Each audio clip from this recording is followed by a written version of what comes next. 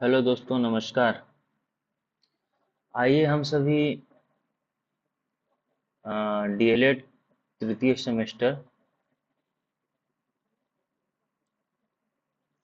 आपका डीएलएड तृतीय सेमेस्टर के पेपर नंबर चतुर्थ जो कि गणित होता है के क्वेश्चन का हल बताते हैं। यह है आपका राजन सीरीज। यह आपका राजन सीरीज है। इससे डीएलएड में 90% क्वेश्चन आते हैं और हूबहू आते हैं। अगर इसको आप लोग एक बार लगा लेंगे तो आपका 90% तक नंबर पक्का हो जाएगा। तो आइए हम सभी चलते हैं इस सीरीज के पहले क्वेश्चन की तरफ। तो यहाँ पर पहला क्वेश्चन है 343/216 का घन रूप का आधार है। तो ये 343 जो कि 7 का क्यूब है और 216 6 का क्यूब है। मतलब कि इसका घन रूप हो जाएगा 7/6। इसी का ये क्यूब है। तो इसका उत्तर हो जाएगा 100। अब आइए दूसरा क्वेश्चन देखते हैं। दिया है x⁻⁻7 डिवाइडेड बाई x⁻⁹ का मान होगा। तो इसे हम हल करेंगे तो x⁻⁻7 डिवाइडेड बाई मतलब भागे x⁻⁻9। अब x⁻⁻7 एक अगर डिवाइड है, अगर इसे हम ऊपर ले जाएंगे तो आप सभी को मालूम होना चाहिए कि ये x⁻⁻7 ये ऊपर जाएगा तो प्लस में हो जाएगा, +9। तो आपका अगर 9 में से 7 गया 2 बचा, x⁻2। मतलब ये आपका x², ये इसका उत्तर अ है। अब आइए तीसरे क्वेश्चन की तरफ। दिया है किसी वृत्त का व्यास 6 सेंटीमीटर है, वृत्त की त्रिज्या क्या होगी।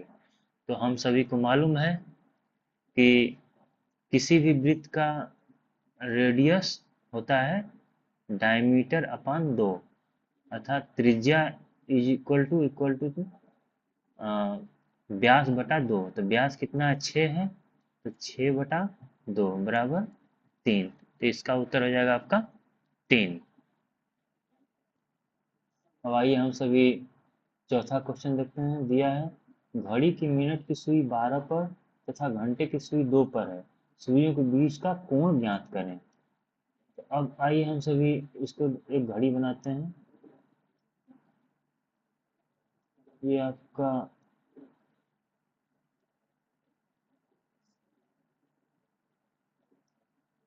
यहाँ पर 3 रहता है, 6, 9 और यहाँ पर 12 रहता है।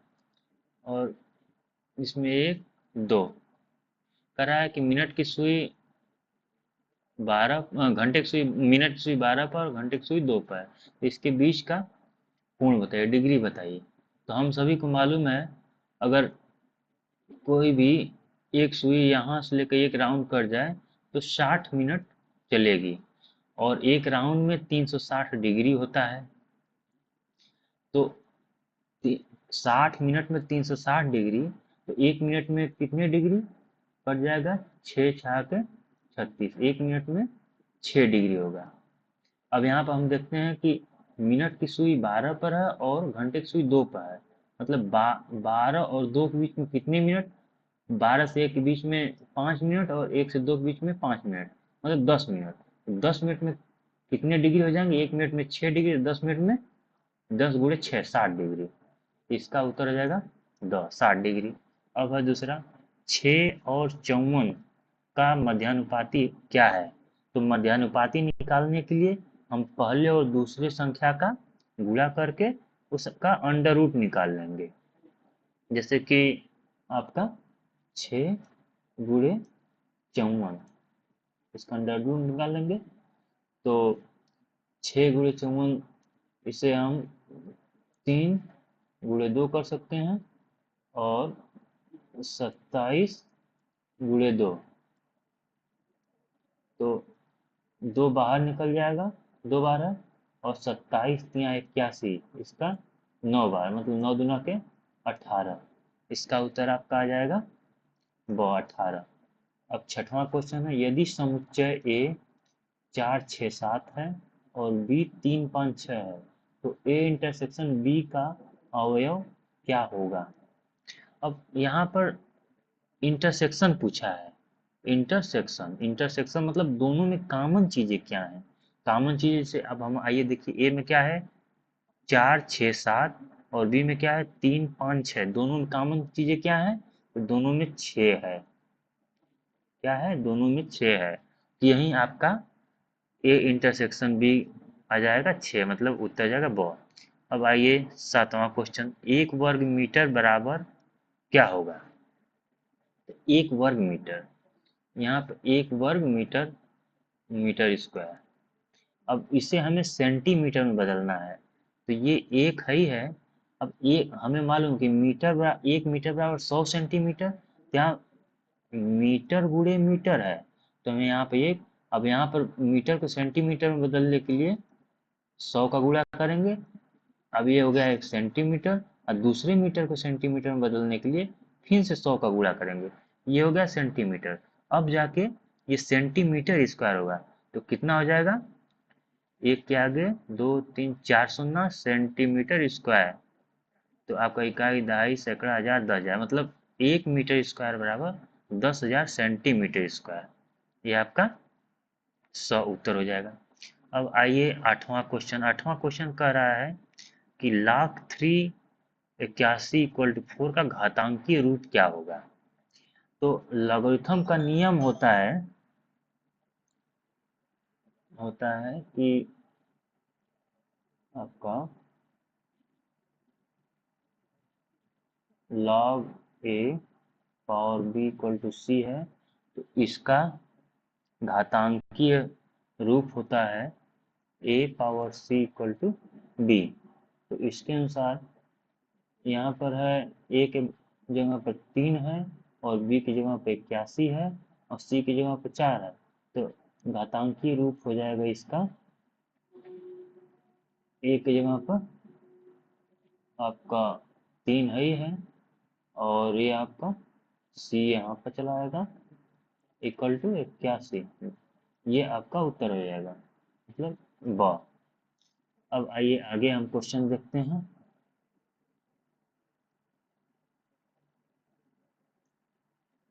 आगे क्वेश्चन हम देखते हैं 9वां क्वेश्चन। 9वां क्वेश्चन क्या है, करा कि साधारण ब्याज की दर से कोई धन 5 वर्ष में दोगुना आ जाता है, कितने वर्ष में वह धन 3 गुना हो जाएगा। अब यहाँ करा कि कोई धन 5 वर्ष में दोगुना आ जाता है, मतलब कि कोई धन x है, वह 5 वर्ष में x के बराबर हो गया, मतलब टोटल धन 2x हो गया।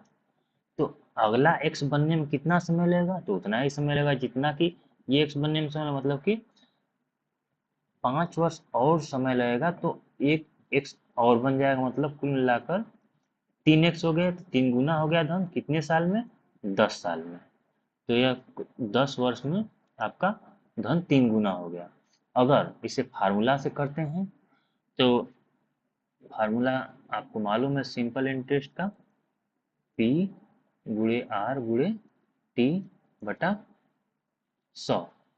अब यहाँ पर साधारण ब्याज दर से कोई धन 5 वर्ष में दोगुना हो जाता है, मतलब अगर मान लीजिए ये P है, अगर 5 वर्ष गुना हुआ, मतलब ये 2P हो गया। 2P हो गया, तो मतलब ये P प्रिंसिपल है, प्लस दूसरा वाला P जो है वो इंटरेस्ट है, SI है। तो ये P हो गया = P इंटू R इन, कितना है समय 5 वर्ष में है, बटा 100।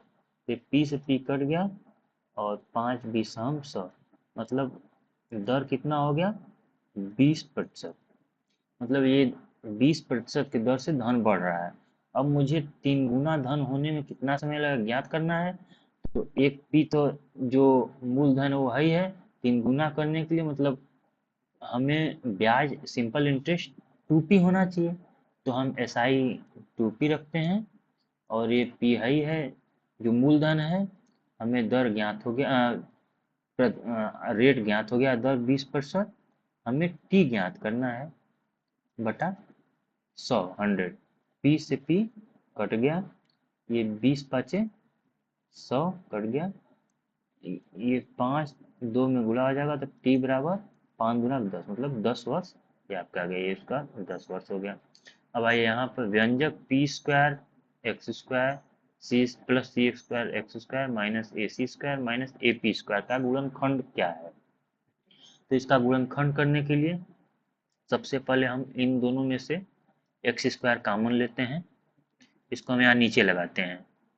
इन दोनों में से एक्स स्क्वायर कॉमन लेते हैं तो आपका बच गया पी स्क्वायर प्लस सी स्क्वायर। फिर यहाँ से हम माइनस ए स्क्वायर कॉमन लेते हैं, माइनस ए स्क्वायर कॉमन लेते हैं तो बच गया सी स्क्वायर प्लस पी स्क्वायर। ठीक, अब यहाँ से हम पी स्क्वायर प्लस सी स्क्वायर दोनों में से कॉमन ले लेते हैं तो एक्स स्क्वायर। अच्छा, एक छोटा सा मिस्टेक हो गया है, ये हम देख नहीं पाए हैं, यहाँ पर ए है, ए स्क्वायर नहीं है, तो हम माइनस ए यहाँ कॉमन लेना है। जैसे जो माइनस ए स्क्वायर लिया कॉमन है, क्योंकि ए है तो हमें यहाँ पर केवल माइनस ए लेना है कॉमन, ए स्क्वायर हटा देते हैं, माइनस ए। अब इन दोनों में से हमें पी स्क्वायर प्लस सी स्क्वायर कॉमन लेना है तो पी स्क्वायर प्लस सी स्क्वायर कॉमन ले लेना है तो बचा क्या, इसका एक्स स्क्वायर बचा और इस स्क्वायर और इसका माइनस ए बचा, माइनस ए। यही है मेरा गुणनखंड है, P square plus C square into x square minus a, यही मेरा आपका। तो इसका आंसर उत्तर आ गया P square plus C square into x square minus a. और अब आइए 11वां क्वेश्चन। यदि a equal to x ratio x सम संख्या है जो कि x 9 से छोटा है, मतलब x 9 से छोटा है और b है 7 3 4 8। अब कह रहा है तो b माइनस ए ज्ञात करिए। अब x है 9 से छोटा और सम संख्या है, तो हमें यहाँ पर a का वैल्यू क्या हो जाएगा, 2 4 6 8, ये सम संख्या हो गया, और b हो गया 7 3 4 8। अब यहाँ पे कह रहा है कि b माइनस ए क्या होगा, तो b में 7 3 4 8 है और a में 2 4 6 8 है, मतलब कि आपका b में से a क्या घटाएंगे, जो घट जाएगा तो क्या बचेगा, तो यहाँ b 7 3 4 8 a 2 4 6 8, मतलब कि दो चीजें कॉमन है 4 और 8, मतलब कि b में से 4 और 8 घट जाएगा तो बचेगा कितना, 7 3, तो ये आपका उत्तर 100 हो जाएगा। अब आइए हम अगले क्वेश्चन की तरफ बढ़ते हैं, क्वेश्चन नंबर 12 की तरफ। क्वेश्चन 12 कह रहा है कि क्रमशः 5 सेंटीमीटर और 3 सेंटीमीटर त्रिज्या के दो वृत्तों के केंद्र के बीच की दूरी 10 सेंटीमीटर है, तो उनमें से कितनी स्पर्श रेखाएं खींची जा सकती हैं। तो आइए हम लोग यहाँ पर एक दो सर्किल बनाते हैं, वृत्त बनाते हैं। मान लीजिए 3 सेंटीमीटर का वृत्त है और ये 5 सेंटीमीटर का वृत्त है। ठीक, ये इसका केंद्र है, ये इसका केंद्र है, ये इसका रेडियस और ये इसका रेडियस। तो ये है 3 सेंटीमीटर, ये है 5 सेंटीमीटर, इसके बीच में दूरी 2 सेंटीमीटर, क्योंकि ये बोला है कि बीच की दूरी 10 सेंटीमीटर, 10 सेंटीमीटर तभी होगा जब ये 3 प्लस ये 5 8 हो गया, ये 2 सेंटीमीटर बीच की दूरी। अब बोल रहा है कि उसमें कितनी स्पर्श रेखाएं होंगी, इसमें टोटल 4 स्पर्श रेखाएं बन सकती हैं। एक तो आपका 1 2 3 4, टोटल 4 स्पर्श रेखाएं बन सकती हैं। अब आइए 13वां प्रश्न। बैंक खाता के प्रकार होते हैं, तो पहला है बचत खाता, दूसरा है चालू खाता, तीसरा है सावधि जमा खाता, मतलब ये सभी हैं। बैंक खाता 3 प्रकार का होता है। बचत खाता, इसमें आपका जो भी धन रहेगा उस पर इंटरेस्ट मिलता है और एक लिमिट रहता है महीने भर में आपको लेन देन करने का। चालू खाता में इसमें इंटरेस्ट नहीं मिलता है और इसमें लेन देन करने का कोई भी लिमिट नहीं होता, आप चाहे जितनी बार भी एक दिन में महीने भर में निकाल सकते हैं।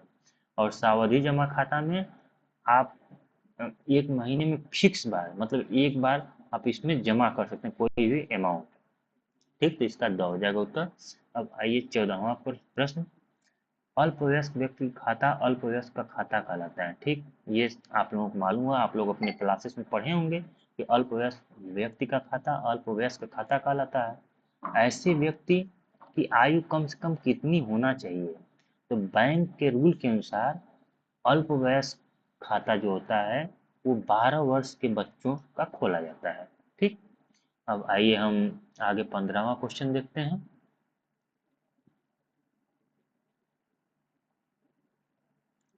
15वां क्वेश्चन देखते हैं, स्किप नहीं हो रहा है, 1 मिनट। आइए 15वां क्वेश्चन देखते हैं। यहाँ पर खाली स्थान इसको भरना है। सूत्र दिया है मूलधन गुणे दर गुणे समय बटा 100। ये सभी को मालूम है कि ये साधारण ब्याज का सूत्र है, सिंपल इंटरेस्ट का। सिंपल इंटरेस्ट आप सभी लोग पढ़े होंगे, पी गुणे आर गुणे टी बटा 100। ठीक, अब 16वां क्वेश्चन देखते हैं। चक्रवृद्धि मिश्र धन माइनस मूलधन, खाली स्थान में क्या भरा जाएगा? तो ये आपका भरा जाएगा चक्रवृद्धि ब्याज। आप सभी लोग पढ़े होंगे कि जब चक्रवृद्धि ब्याज निकालते हैं तो चक्रवृद्धि मिश्र धन निकलता है। जैसे कि आपका फार्मूला इसका होता है A equal to P 1 plus R बटा 100 पावर टी। ये आपका अमाउंट है, चक्रवृद्धि मिश्र धन है। अब इसमें से मतलब ए माइनस पी, मिश्र धन में से मूलधन निकाल दें तो क्या बचेगा? हमारा चक्रवृद्धि ब्याज बचेगा, कंपाउंड इंटरेस्ट बचेगा। तो इसका आंसर 100 है, चक्रवृद्धि ब्याज। अब 17वां क्वेश्चन है कि रुपया 2000 का 10% वार्षिक ब्याज की दर से एक वर्ष का मिश्र धन तथा चक्रवृद्धि ब्याज कितना होगा यदि ब्याज अर्धवार्षिक देय है? ठीक, तो आइए सबसे पहले इसमें क्या दिया है, मिश्र धन तथा चक्रवृद्धि ब्याज।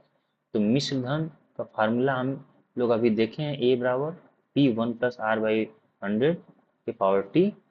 तो पहले हम मिश्र धन निकालते हैं। तो मिश्र धन यहाँ पर हो जाएगा, पी कितना दिया प्रिंसिपल 2000 और कितना रेट है 10% बटा 100। लेकिन ये यहाँ पर ब्याज की दर, वार्षिक ब्याज की दर से एक वर्ष का मूलधन चक्रवृद्धि यदि ब्याज अर्धवार्षिक देय है, मतलब कि ब्याज सालाना नहीं है, ब्याज अर्धवार्षिक है। अर्धवार्षिक तो ये जो 10% वार्षिक, मतलब ये ब्याज जो है वार्षिक है, तो अर्धवार्षिक ब्याज देय हो जाएगा। तो हर 6 माह आप देना होगा, तो यहाँ बटा में 2 हो जाएगा। ठीक, और टाइम भी, टाइम यहाँ पर 1 वर्ष है, अर्धवार्षिक होगा तो उसमें 2 छमाही हो जाएंगे, तो यहाँ पर पावर में 2 हो जाएगा। अब इसे हमें हल करना है।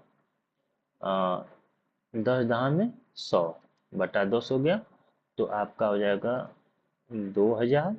10 दूना के 20, 20 एक 20 से कम 20 धन 1 21 बटा 20 के पावर 2 है। इसे हम हल करेंगे, इंटू 21 गुणे 21 441 और 20 गुणे 20 400। तो 2 शून्य से 2 शून्य कट जाएगा और 4 से 5 बार में कट जाएगा, 5 आ जाएगा। अब इसका मल्टीप्लाई कर देते हैं, गुणा कर देंगे, 5 एकम 5, 5 को 20 को सुना हाथ में 2, 5 को 20 2 22। मतलब मिश्र धन अमाउंट आया 2205। अब आते हम यहाँ मिश्र धन, एक वर्ष का मिश्र धन तथा चक्रवृद्धि ब्याज ज्ञात करें। ये हमारा मिश्र धन आ गया। अब चक्रवृद्धि ब्याज ज्ञात करना है, तो चक्रवृद्धि ब्याज के लिए हम यहाँ पर फार्मूला पढ़े कि मिश्र धन माइनस मूलधन। तो 2205 में से, मतलब मिश्र धन में से माइनस मूलधन घटा देंगे 2000, कितना बचेगा 205। तो यही हमारा उत्तर है ब वाला 205। अब आइए, कह रहा है कि सबसे छोटी पूर्ण धन प्राकृतिक संख्या है। प्राकृतिक संख्या कहाँ है, एक से स्टार्ट, तो सबसे छोटी एक हो जाएगा, क्योंकि प्राकृतिक संख्या एक से स्टार्ट होता है, तो सबसे छोटी एक संख्या हो जाएगा। अब आइए आगे 19वां क्वेश्चन देखते हैं।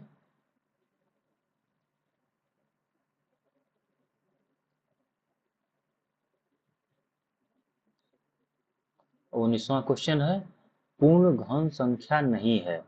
मतलब कौन ऐसा संख्या इसमें है जो पूर्ण घन नहीं है। इसमें कोई भी ऐसा संख्या नहीं है जो कि पूर्ण घन है, इसलिए इसका उत्तर द हो जाएगा सभी। अब 20वां क्वेश्चन है, किसी संख्या का घन उस संख्या की कितनी घात होता है। तो आप सभी लोग जानते हैं कोई भी संख्या का घन उस संख्या का 3 घात होता है, तो 100 उत्तर हो जाएगा। उसी तरह 21वां क्वेश्चन देखते हैं, 27 किस संख्या का घन है।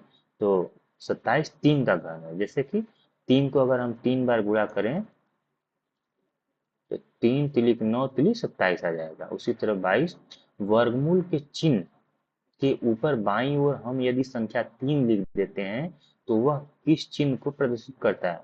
मतलब ये वर्गमूल है और इसके बाईं ओर हम यहाँ पर 3 लिख देते हैं, तो यह किस चिन्ह को प्रदर्शित करता है, तो यह घनमूल को प्रदर्शित करता है। ठीक, आगे हम देखते हैं 23वां प्रश्न। 23वां प्रश्न कह रहा है कि 6 कलमों का मूल्य रुपया 24 है, तो 10 कलमों का मूल्य बताइए। तो आप सभी को मालूम है कि अगर 6 कलम का 24 रुपया है, एक कलम का हम निकालेंगे, 6 से भाग दे देंगे तो एक कलम का दाम निकल जाएगा 4 रुपया।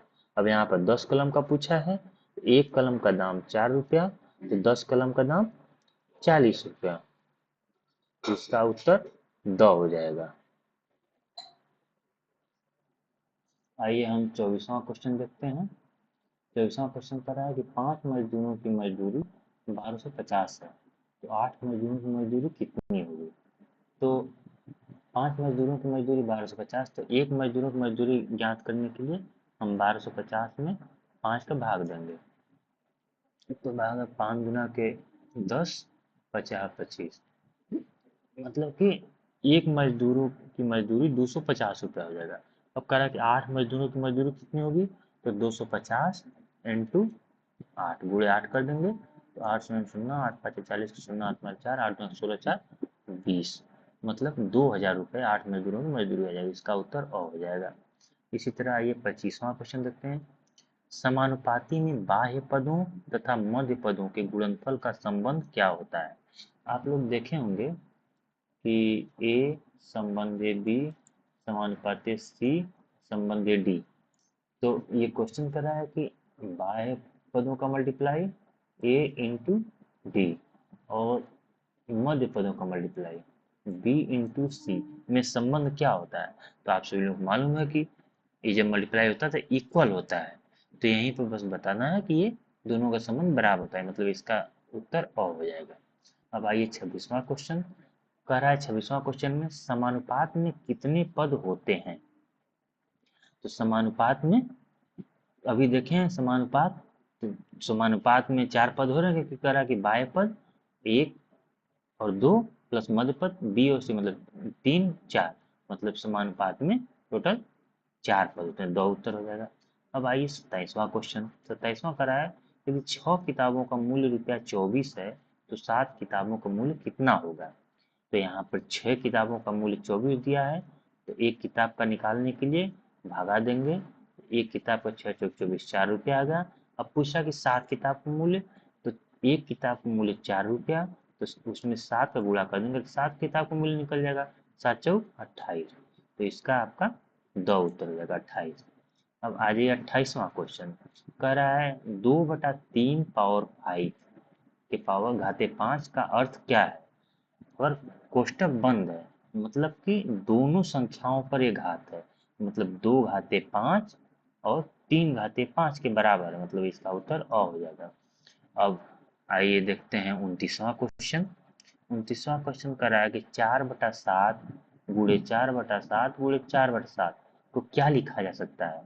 तो ये 3 बार है, मतलब इसको 4/7 के घाते 3 लिखा जा सकता है, मतलब इसका उत्तर ब हो जाएगा।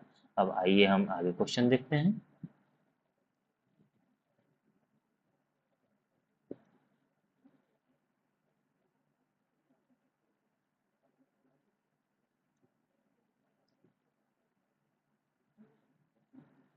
30वां क्वेश्चन हम देखते हैं। 30वां क्वेश्चन कर रहा है, बैंकों का बैंक के नाम से जाना जाता है, मतलब किस बैंक को बैंकों का बैंक कहा जाता है? तो जो सभी ऑल ओवर इंडिया के बैंकों को कमांड करता है, मालिकाना हक रखता है, वही है बैंकों का बैंक, मतलब रिजर्व बैंक ऑफ इंडिया। 31वां क्वेश्चन है, राष्ट्रीयकृत बैंक कौन है? तो कह रहा है Punjab national bank, Allahabad bank, तो ये दोनों राष्ट्रीयकृत बैंक हैं। ठीक। अब आइए 32वां क्वेश्चन, केंद्रीय बैंक है। केंद्रीय बैंक आपका, ये क्वेश्चन है, इसमें ऑप्शन दिया है रिजर्व बैंक, भारतीय स्टेट बैंक, जिला सहकारी बैंक, ग्रामीण बैंक। तो केंद्रीय बैंक ये आपका रिजर्व बैंक है, केंद्रीय बैंक इसे बोला जाता है। अब आइए 33वां क्वेश्चन। 33वां क्वेश्चन करा कि 9 और 12 के मध्य अभाज्य संख्याओं के समुच्चय के अवयवों की संख्या बताइए। तो 9 और 12 के मध्य, 9 और 12 के मध्य कौन संख्या हुआ? 10 हो गया और 11 हो गया। तो कह रहा कि अभाज्य संख्याओं के समुच्चयों के अवयवों की संख्या बताइए। मतलब अभाज्य संख्या 10 तो अभाज्य है ही है 2 और 5 से, अभाज्य संख्या 11 है। और इसमें कह रहा कि समुच्चय मतलब कितने हैं जो कि किसी से कटेंगे नहीं, जो अभाज्य हैं, तो केवल एक है, तो 11, तो इसका उत्तर ब हो जाएगा। अब आइए आगे 34वां क्वेश्चन देखते हैं।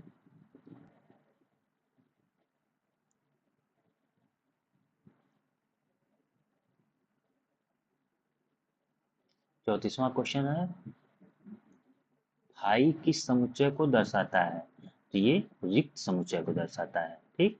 अब आइए 35वां क्वेश्चन, जिन समुच्चयों में एक भी अवयव नहीं होते हैं उन्हें क्या कहते हैं? तो रिक्त समुच्चय कहते हैं। और 36वां क्वेश्चन, 2000 का 5% वार्षिक सरल ब्याज की दर से 2 वर्ष का ब्याज क्या होगा? तो यहाँ पर हम सिंपल इंटरेस्ट का फार्मूला लगाएंगे, साधारण ब्याज का, पी गुणे आर गुणे टी बटा 100। अब यहाँ पर ब्याज पूछा है तो सिंपल इंटरेस्ट बराबर पी, प्रिंसिपल दिया, मूलधन दिया है 2000, दर कितना है 5%, 5, और समय कितना है 2 वर्ष, बटा 100। 2 शून्य से 2 शून्य कट गए, अब बचा कितना 20 गुणे 5 गुणे 2, तो 20 5 100 दुआ 200। तो आपका ऐसा ही आ गया 200, ये आपका श उत्तर हो गया। ठीक है, आज के लिए इतना ही, और आगे भी हम इस सीरीज के सारे क्वेश्चन कराएंगे। तब तक आप इस वीडियो को देखिए, और हमारे सारे अपडेट के लिए आप सभी लोग हमारे चैनल को सब्सक्राइब कर लीजिए, जिससे डीएलएड के सारे सीरीज, राजन के सीरीज को हम आपको करवा सकें। धन्यवाद।